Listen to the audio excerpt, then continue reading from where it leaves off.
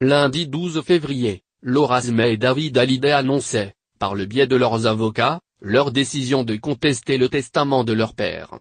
Déshérités au profit de Laetitia Hallyday, les deux aînés du taulier espèrent récupérer une partie de la fortune et du patrimoine de Johnny grâce à la justice française.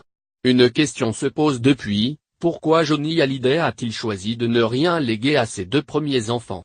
Les raisons, RTL les a dévoilées ce jeudi soir. La célèbre station a en effet pu se procurer les 3 testaments de Johnny Hallyday, respectivement rédigés en Suisse en 2011, à Marne-la-Coquette en 2014 et à Los Angeles, la même année. C'est ce dernier document, dressé devant notaire, qui fait foi. D'après RTL, David Hallyday et Laura Sme ne l'auraient jamais eu sous les yeux.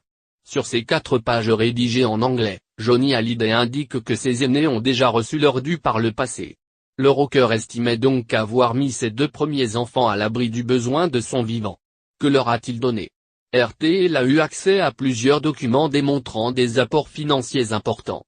Concrètement, Laura Sme aurait reçu 442 000 € et 450 000 € pour l'achat de 2 appartements, en 2003 et 2007. Depuis 2004, elle aurait en outre perçu 5 000 € mensuels soit 800 000 € au total. David Hallyday, lui, aurait reçu de son père sa part de la maison où il a vécu avec Sylvie Vartan, la villa à Montmorency, estimée à 10 millions d'euros.